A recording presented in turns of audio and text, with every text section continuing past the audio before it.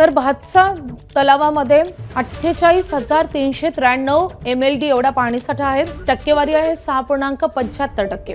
मोडक सागरमध्ये तुलनेने जास्त पाणीसाठा आहे 29,857 MLD आणि टक्केवारी आहे 23%।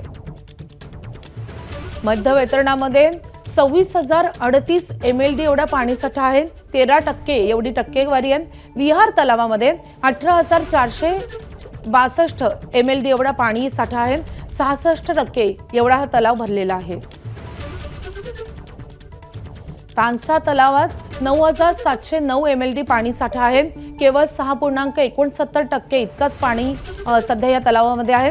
तुळशी तलावामध्ये तुलनेने जास्त पाणी आहे 3,680 MLD एवढं पाणी आहे। तुलनेने तलाव छोटा आहे मात्र 45% तलाव भरलेला आहे। तर अप्पर वैतरणामध्ये निम्न पातळीखाली आता साठा पोहोचलेला आहे आणि टक्केवारी म्हणजे एकूणच तलावात अजूनही पुरेसा पाणीसाठा झालेला नाही। अजूनही तलाव कोरडा आहे।